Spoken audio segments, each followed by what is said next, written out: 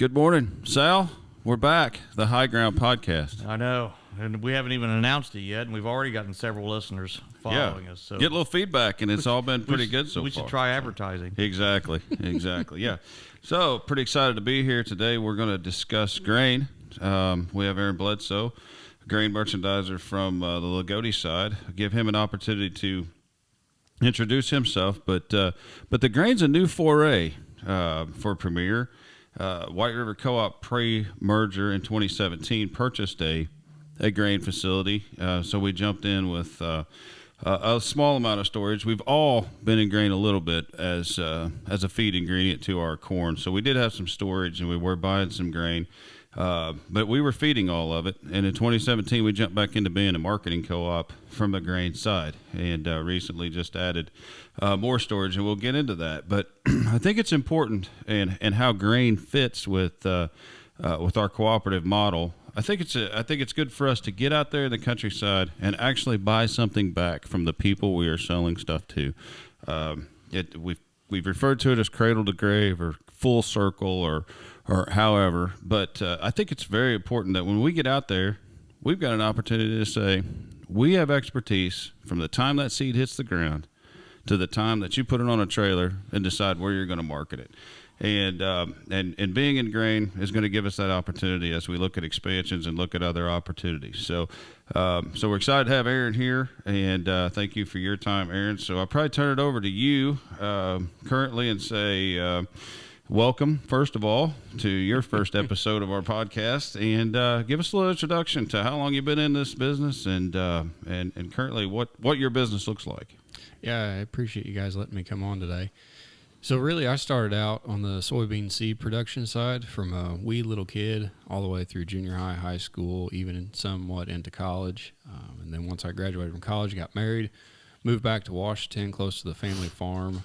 We don't actually operate it. We do rent it out. But got back, got close to White River Co-op, and started there in 2014 as part-time, just pumping in hydrous tanks. Actually, I remember Ryan pulling in hydrous the year that I started. Didn't take long. Somehow I found my way to the seed side, so I ran the admin and the operation side there. In 2017, like Ryan said, we purchased the Lagodi grain facility, and he happened to call me on a real cold day. Seems like that's about the only time we can go to the Lagodi grain facilities when it's cold. And he asked me if I'd like to have the opportunity to run that facility. And so since then, been trying to figure out the whole grain industry and go from there. We appreciate that. I've already caught Aaron in a kind of question. He started off with, I appreciate you guys letting me be here today, and I'm not sure that's exactly honest on his part. I don't think he was. Wasn't so willing. The truth. Well, and he jumped in line because the people are just lined up to be on here. So, yeah, I mean, with that lottery system we've got, you're welcome. Aaron's, we got a lot of listeners from out of the territory. Where's our elevators located at?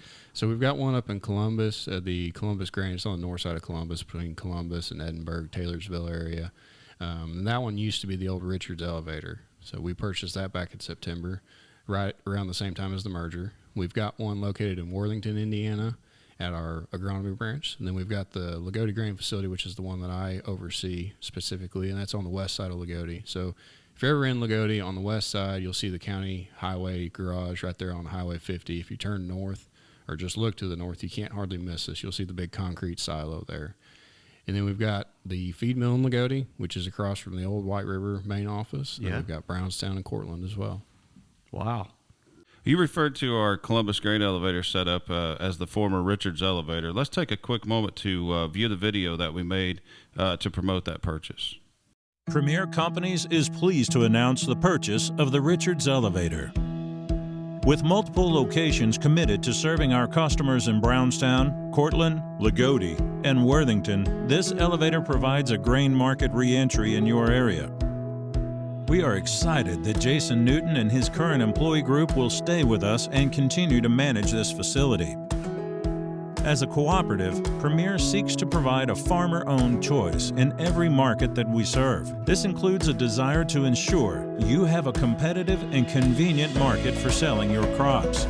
Premier Columbus Grain Elevator was constructed in 2008 and is a well-built grain facility originally designed to supply the tight quality requirements of the Kentucky bourbon market, and over time has expanded to supply area farmers with the best competitive bids. Premier Columbus Grain Elevator is also built for speed and efficiency at harvest with a large receiving pit and a 10,000 bushel per hour leg. Premier Companies is proud to reestablish ourselves in grain with the purchase of Richards Elevator and look forward to the future.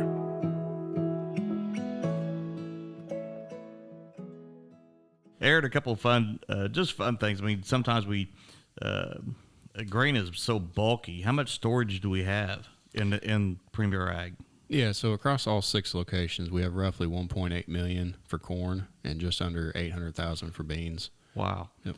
And having that amount of storage, you always hear about, well, the grain lines. You know, that's so frustrating as growers harvest. And for some of our listeners that may not be familiar, I mean, they've got to do something with it, right? They got to take it somewhere. So how long does it take to unload a truck, a semi that comes in? Generally speaking, that's how most of the grain comes in. How long does it take to unload a truck at one of our facilities? Yeah, so I know at Lagodi and at the Richards Elevator, Columbus Grain, now that it's known as Columbus Grain, I know that we have scale tickets that prove that we can get trucks loaded under 10 minutes, and that's a yearly basis. So, you know, during harvest, when no one really wants to talk, they actually just want to get in and get out. Yeah, we're much quicker than that. Wow. But across the year, even in rainy weather, when guys hang around and talk and spend some time in the office, we're still averaging under 10 minutes. I remember as a kid they had the probes. You know, someone had to come out and climb on the gravity bed wagons, but those things are all pretty automated now, right? Oh yeah, yep.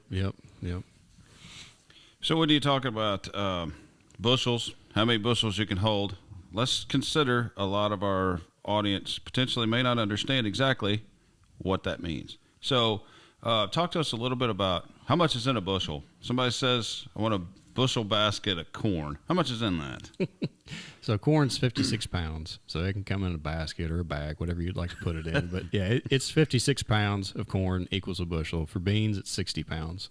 For beans. Wheat's the same as beans, 60 pounds for anybody that handles wheat out there. I know those acres are getting smaller and smaller in our trade area, but throwing that out there for you. And the moisture content, obviously that affects it. So we haven't gone the metric system yet on bushels and pounds, but what's the moisture content of grain? What do we consider dry grain? So I would say that the industry for corn is 15.5 and below. For beans, it's 13 and below. Now, I say the industry says that. You'll find different places want different quality. So the distillery market will want a little drier corn. You'll have some bean processors that will still shrink your bushels, even if they're under 13, down to like 12.5. So it really comes down to the location specific. But some places will even pay for higher moisture corn.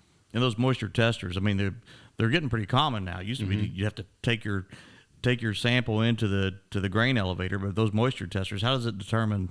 Does it use the volume and the weight, or somehow to calculate the moisture content? How do you figure out how much moisture is in the corn?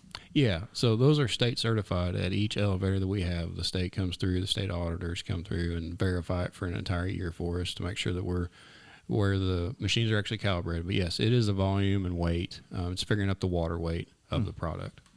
So we talked about the moisture standards in grain. So outside of corn or beans being too wet, outside of the moisture values, what other things cause you to discount that price, the dock that we hear about? What other items would you might be considering, like foreign material or quality? What other items are you docking for? Yeah, so foreign material definitely on beans and corn. They both have different levels, and certain areas will look for a different quality as well. You know, some are as stringent as if you have more than 1% FM in beans, you're getting rejected, or corn. And FM, all that is foreign material, and that's just a matter of you have weed seed or chaff or some pods showing up in the sample, and those are figured off a weight. So you actually have a verified tiny scale that goes off of grams, and you measure out a certain volume, pour it in there, and you run some seed samples on it or test on it, and that's how you come up with your foreign material. It's just a percentage of the total weight. And most of the time on FM, what you'll see is that percentage of total weight will just be deducted from your gross bushels, so you'll be paid on net bushels then. So per se you have 1,000 bushels of corn and you have 2% FM, you're going to lose 2% of the weight. You've also got your damage, and that can be broad as it is long. I mean, that can be anything from a bad year, like we had in 18 with the frog eye leaf spot, causing soybean beans to actually look shriveled and discolored. That could be a dock as well, and it is a dock. Heat damage, for those of you out there that have a dryer or even put beans in a bin and don't run fans on them and keep them aerated, they can get hot, and those will end up looking like little black beans, and they'll smell like chocolate, and they're really hard to hide because that smell alone will give them away. But like I said, anything as far as a dock goes, it's anything to get away from the industry standard of a good, dry, clean bushel. Well, Aaron, it sounds like it's really standardized. I mean, it's not someone just judging, boy, this looks like good corn or beans. And no. It's very standardized and tested. So what's some of the grain marketing terms? And if you're outside of the industry, you hear things like futures and basis. So what's a basis? How's that determined, and what does that mean to a grower? Yeah, so I'll actually flip this around. Let's start with futures. So futures is more global or nationally what the board is saying that corn is worth. Basis is a local function. So basis, the job of the basis is to move the bushels from where they're not to where they need to be. So let's say you take Iowa out there. You may see a basis where it's $1 under the futures. So you think that area is getting ripped off because you come back down to our area where we have 20 under for fall delivery over in Lagodi. We got to understand something, that the vast majority of the bushels are produced in Iowa. And if they don't have that many end users up there, it's got to go from where it is to where it's not. So you'll see the end users down along the river, or like GPC over in Davies County, they'll increase their bid to buy those bushels, to move the bushels from where they are to where they're not. That may be the best I've ever heard that described. That's a good simple way to think of that. Yeah, thank you very much. So our grain, you're talking about moving grain.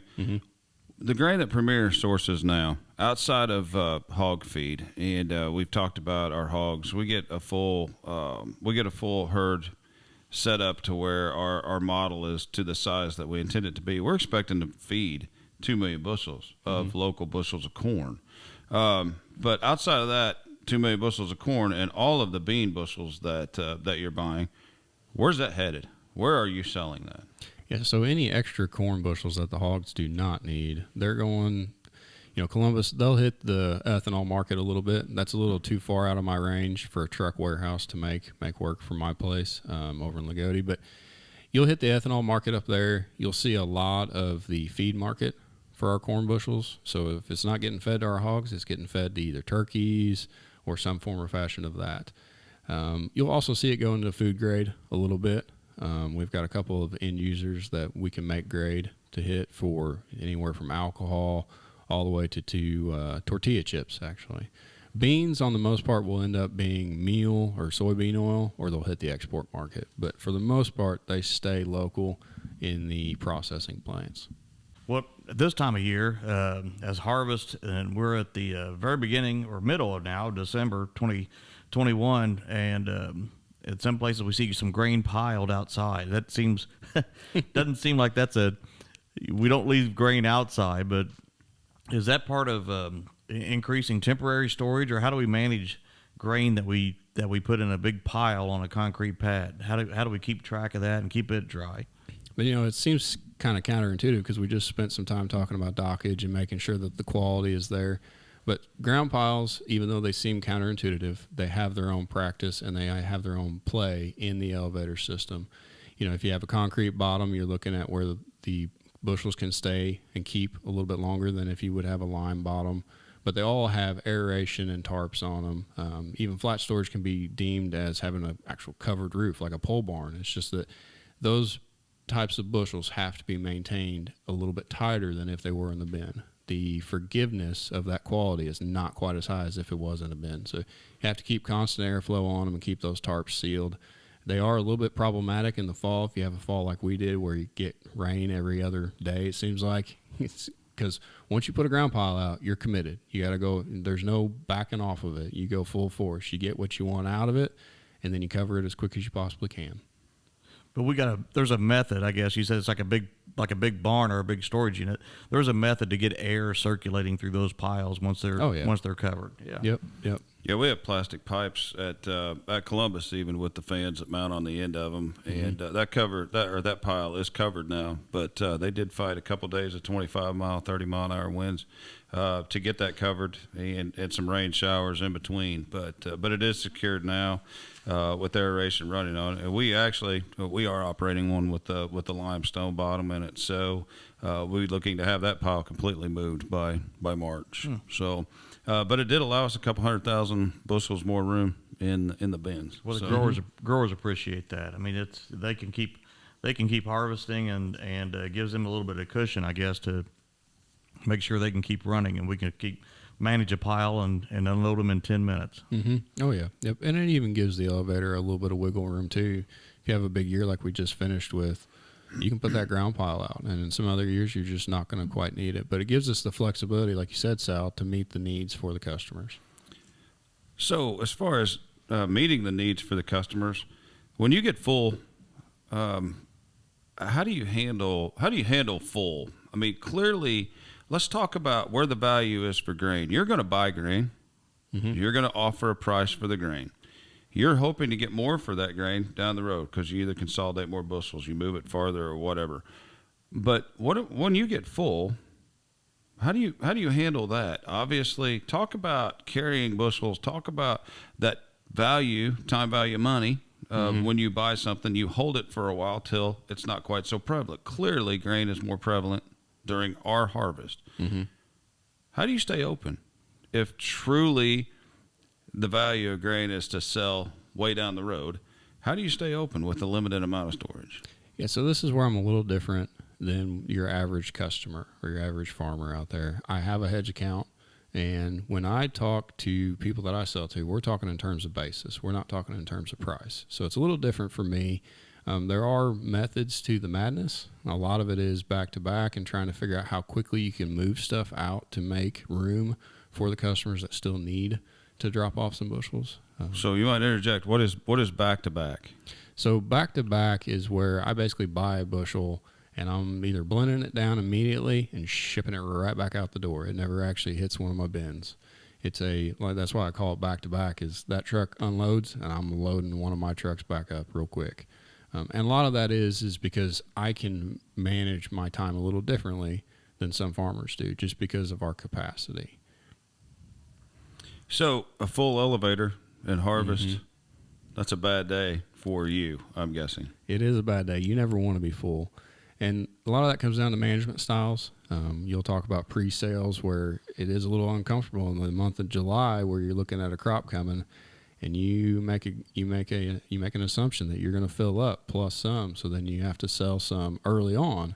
So I'm trying to take some risk away from the farmer where they don't have to get so extended out there more than what they're comfortable with. We take a little bit of that risk away from them where we can maintain space for them throughout the harvest. So you kind of know it. So you know it's coming then, right? So yeah. So they've already, before harvest starts, they've already said, "Hey, I'm going to be bringing you this much," and you know to have space there for them. Oh yeah, in that time frame. Yep, and that's why we push contracts, forward contracts so much, is because it puts the farmer in a really good spot because of seasonality. We usually talk about price and new crop bushels in the time periods where it makes them a better dollar at the end of the year. That the best day for an elevator is when the futures are high and we're buying at a basis that we like. We love that because it's a really good combination where the customer is getting the best price that they can possibly get from us, and we're also buying it at a basis that we can turn around and make some money on it as well. And being a cooperative, that means we can turn around and pass it on through patronage as well. Aaron, what kind of buyers are out there? I mean, so it sounds like a win-win where you can, so we can buy at a good point where we can turn around and make some money. The growers are happy. So what kind of buyers are out there? So you've got your end users, and then you've got your exporters, or you've got your elevators. The big difference is that they all have a different motive for trying to get those bushels. An exporter is going to try to buy them as cheap as possible because they're shipping them on a barge and they're running right down to the Gulf of Mexico and sending them out of this country. An end user, they're going to pay what they have to pay to get the bushels that they need to meet their needs. For like hogs, well, let's take that for example. Back in 2012, I'm sure everyone felt the pain. Basis went rampant. I mean, we were really, really high in those years, and that's because hogs have to eat. So you have to buy those bushels in some form or fashion. What's nice about us is that we fit multiple different roles here, where we can be an originator that's just for a feed sector for our hogs, but we can also be a true grain marketer where we're trying to help you out and give you the best deal that we possibly can in a time frame where you usually have to just drop it off at what you can possibly get. So we try to be upfront and we try to get ahead of this thing. That's why we talk about average pricing contracts in that, April, May, June time frame. The reason we talk about those is because seasonally, those are really good high prices for fall delivery. So we're not trying to come out there and try to buy cheap bushels. We're actually trying to come out and buy really expensive bushels from you, from the customer. That way we can help them out in the best way we can during a period of time when they usually are trying to fight everybody else on finding a home. And that leads back to our conversation from earlier where if we have contracts booked with us, that guarantees you space as a customer. And that also gives us an opportunity to make sure that we can operate in a way to help every customer. So if we need to move bushels quicker, we have a pulse for that. That's cool. That's a good concept. I like that. So let's expound on that as you're doing a great job just leading us into more questions. So let's talk about what you offer from a contracting standpoint. When a customer comes in, obviously we talk about spot loads, all the way through different contracting options, what works best for people. So tell us a little bit about how you lay contracts out. What kind of consulting or advisory role do you play with our farmers? Kind of talk about what is out there, what's offered. Yeah, so I think the first big thing is we just need to know your number. What is your break-even number? I know everybody hates hearing that. What is your break-even number? It's as old as time at this point trying to figure that number out. But that's one really nice thing about Premier is that we've got the agronomy guys that can help us figure out what that break-even number is. So then another way to say that would be cost of production. Oh yeah, yep. Safe definitely. to say, and that's different every year. Different every year and different for every customer.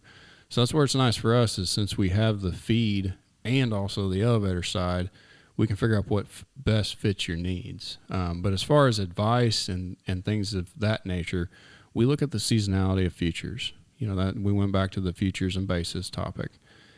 Futures will tell us what the nation or globally is wanting to pay for this crop. Well, seasonality of our entire industry dictates when the best times of prices to take. So you get into harvest season, that's always a harvest low. Typically, 9 times out of 10 it is.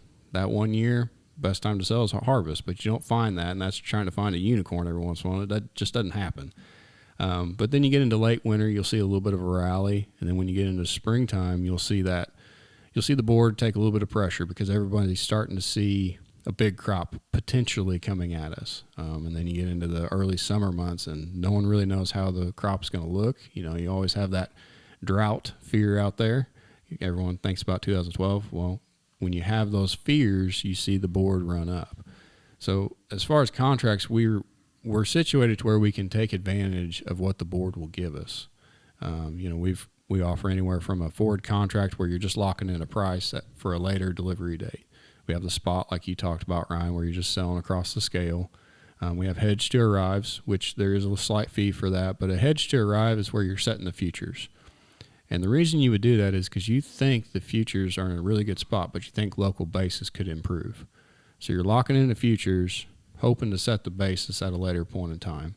So, for instance, right now, if you like a 590 futures, and if you can get someone to book that for you, you could lock in 590 thinking that, maybe in July, for the July delivery, the basis is going to be a little bit better than what they're posting right now, then that's what you're going to do.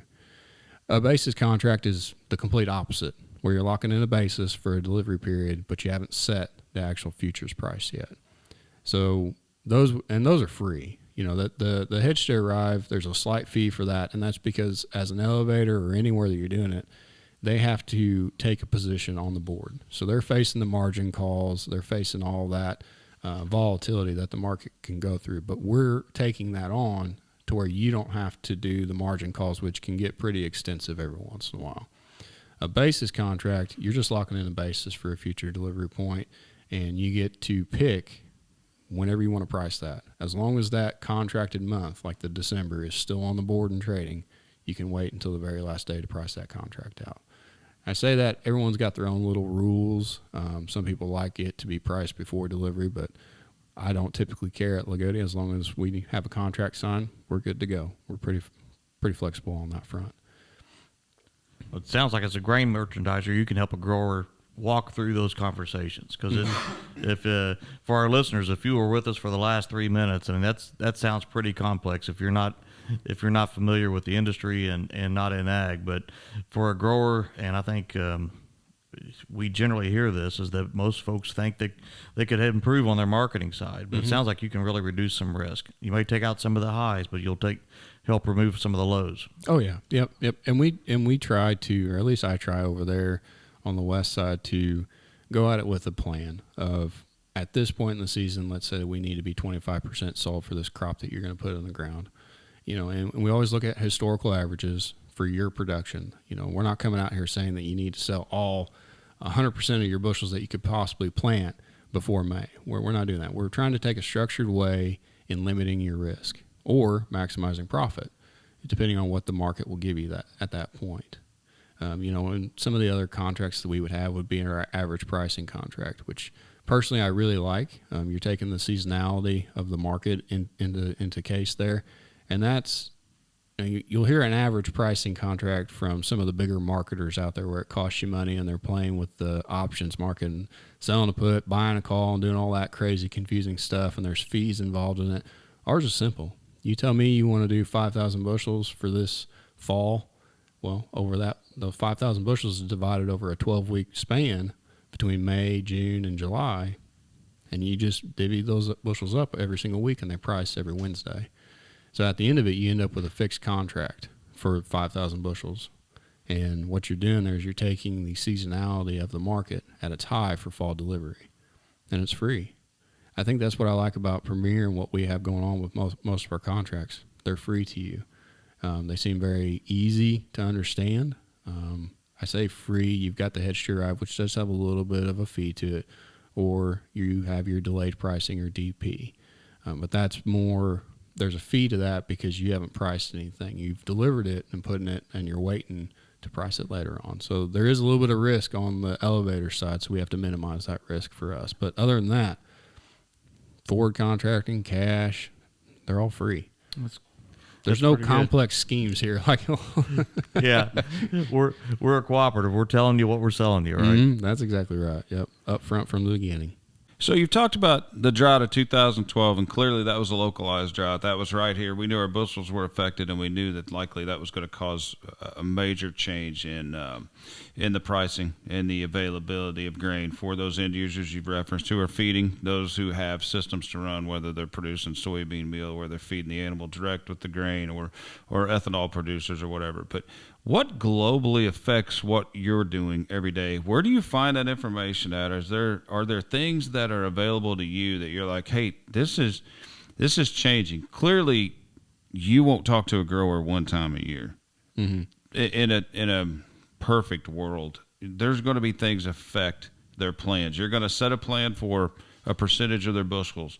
Then there's going to be transformational items, things that happen either globally or obviously locally too, but we'll all understand the local piece of it.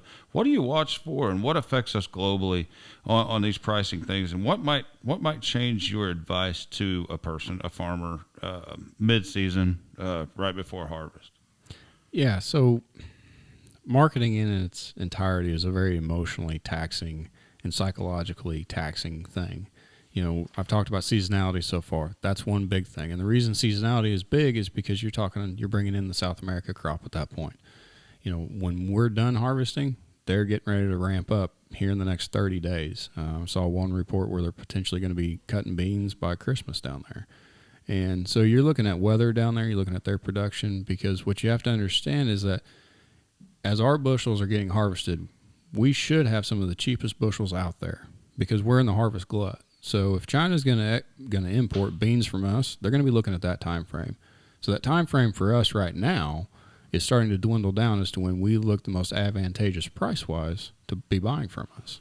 So you'll have South America come online here pretty quick, and then you'll have this, once those beans are harvested, you'll have the safrinha or the second crop corn, which is their largest export crop for corn-wise.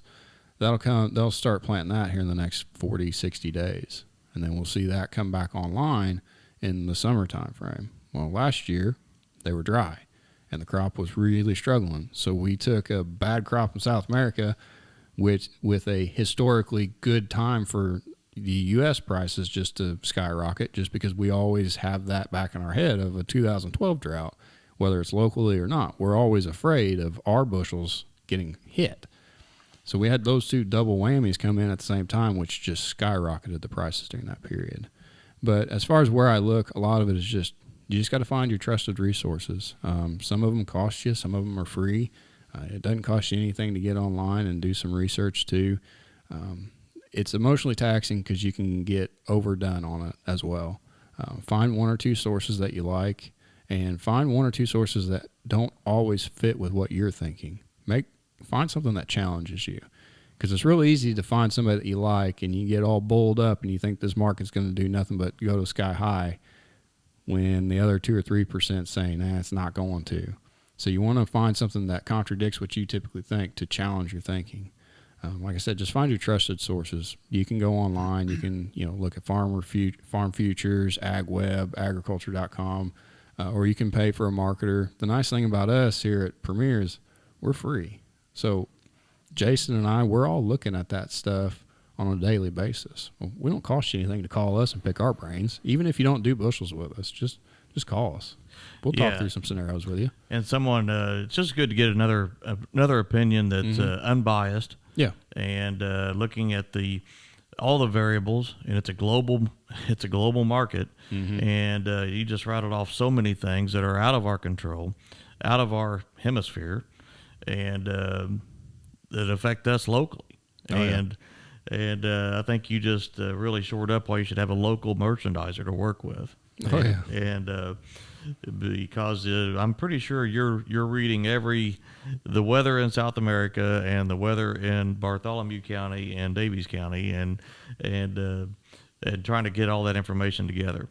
Oh yeah, and then it can get even more confusing when great. When you start talking about that's just the fundamentals of supply and demand. You start talking black swan events like the Olympic boycotts where we're not sending diplomats over there, and it can get really confusing real fast. And that's where, to draw back to a marketing plan for a customer, you got to know what makes you tick.